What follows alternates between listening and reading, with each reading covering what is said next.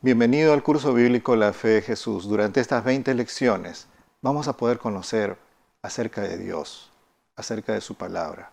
Lo suficiente como para quererlo, como para confiar en Él, como para seguirlo durante toda la vida. La primera lección se titula Lo que la Biblia enseña acerca de Dios. ¿Quién es Dios en la Biblia? La Biblia no se va a demorar en buscar pruebas o razones para demostrar la existencia de Dios. La palabra de Dios va a ser bien clara en Génesis capítulo 1, versículo 1. En el principio creó Dios. La Biblia da por sentado el hecho de que Dios existe. Y vamos a la primera pregunta de esta lección, que es una lección bien directa, bien clara, todas ellas. ¿Cuántos dioses hay? Y vamos a estudiar la palabra de Dios en el libro de Efesios, capítulo 4, versículo 6, donde la palabra del Señor dice, un solo Dios y Padre de todos, quien es sobre todos, a través de todos y en todos. La palabra va a ser bien clara. Nosotros, los cristianos, tenemos solamente un Dios. A ese Dios rendimos oración. Es cosa muy curiosa porque en este mundo las personas tratamos de tener muchos dioses. La tendencia del ser humano es tener varios dioses. A veces esos dioses son el trabajo, otro dios es el placer, placeres mundanales, algunos vicios, otros tipos de placeres sensuales. De todos esos diosesitos que tienen los seres humanos, la palabra nos va a decir que hay un Dios verdadero.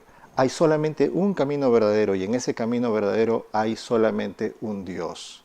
El Padre dice, el Padre de todos, quien es sobre todos y a través de todos y en todos. Entonces, ¿cuál es la respuesta para esta primera pregunta? ¿Cuántos dioses hay? Hay solamente un Dios, un solo Dios. Ahora, ¿cuál es la naturaleza de Dios? Un día Jesús se encontró con una mujer samaritana y empezaron a conversar cosas muy profundas. Y ella le hizo precisamente esta pregunta.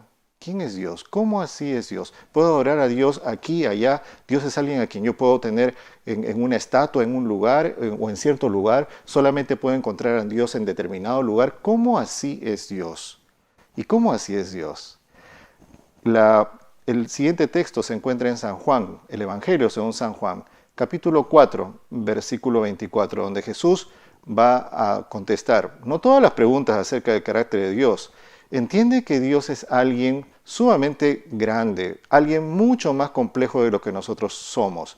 Este mundo es apenas un puntito de polvo en lo que es el universo. ¿Te imaginas lo que somos nosotros frente a la grandeza de Dios?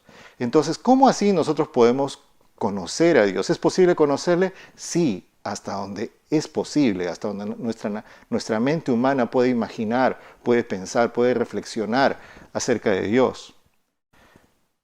Pero Jesús, con este versículo, capaz es el versículo donde Él explica con más cercanía este concepto. Él va a decir, Dios es espíritu y es necesario que los que le adoren en espíritu y en verdad. Dios es espíritu, es la respuesta para esta segunda pregunta. Ahora, en la palabra del Señor va a aparecer varias veces, desde el mismo libro de Génesis, que Dios se refiere a sí mismo en plural. O sea, como que no hay solamente una persona para lo que es la divinidad, para lo que es Dios.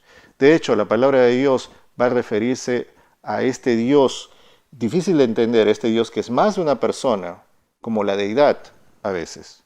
Y esta deidad tiene personas, tiene personas.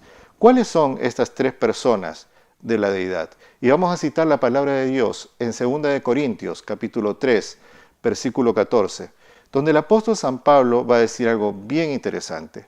La gracia del Señor Jesucristo, el amor de Dios y la comunión del Espíritu Santo sean con todos vosotros. Es algo difícil de entender, pero la palabra de Dios nos va a mostrar de que aunque Dios es uno, de alguna forma muy misteriosa, que nosotros no podemos entender, que va más allá del propósito, que va más allá de la intención, porque alguno puede decir, son tres personas pero tienen un solo propósito, una sola intención. No, hay más que eso en la palabra de Dios, pero no sabemos qué tanto. Tratar de definir este misterio es algo difícil. Pero Dios es grande, Dios es grande. Y lo que la Biblia nos va a decir es de que este Dios se manifiesta, tiene tres personas: el Padre, el Hijo y el Espíritu Santo.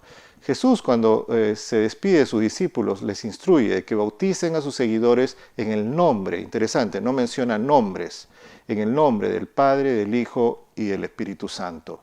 Este Dios, que es uno, tiene también tres personas.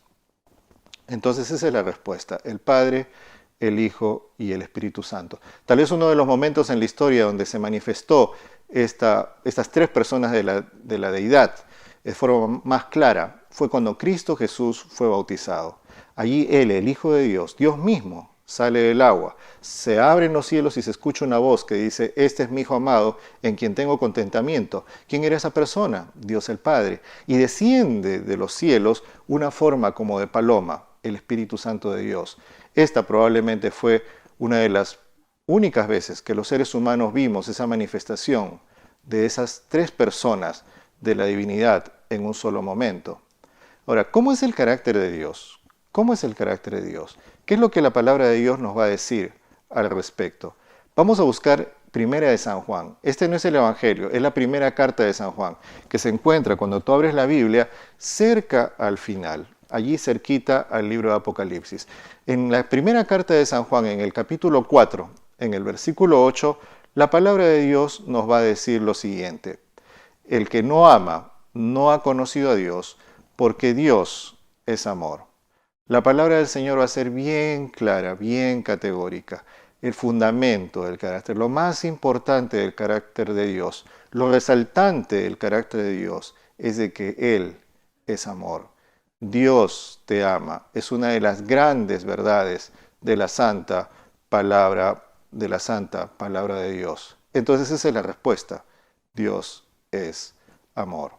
Ahora, cuando uno estudia la palabra de Dios, uno va a ver que no está en ella un Dios distante, un Dios que nos ha creado y se ha olvidado de nosotros. Todo lo contrario, la Biblia nos va a decir de que Dios se quiere relacionar con nosotros, de que el Señor quiere estar cerca a nosotros. ¿Cómo nos considera Dios? Vamos a esta siguiente pregunta y vamos a buscar en la primera carta de San Juan, capítulo 3, versículos 1 y 2. ¿Qué es lo que dice la palabra del Señor? Dice lo siguiente: mirad cuán grande amor nos ha dado el Padre para que seamos llamados hijos de Dios. Y lo somos. Por esto el mundo no nos conoce, porque no le conoció a Él. Amados, ahora somos hijos de Dios, y aún no se ha manifestado lo que seremos, pero sabemos que cuando Él sea manifestado, seremos semejantes a Él, porque le veremos tal como Él es. Dios no es alguien lejano a nosotros. Él quiere relacionarse con nosotros. Él quiere acercarse a nosotros. Él quiere hacerse amigo de nosotros. Él quiere, si estás lejos de Dios, si tú sientes que tu vida está lejos de Dios y quieres acercarte a Él, hay un Dios que te espera con los brazos abiertos. Y tanto así que Él nos considera sus hijos queridos, sus hijos a quienes Él no va a hacer daño.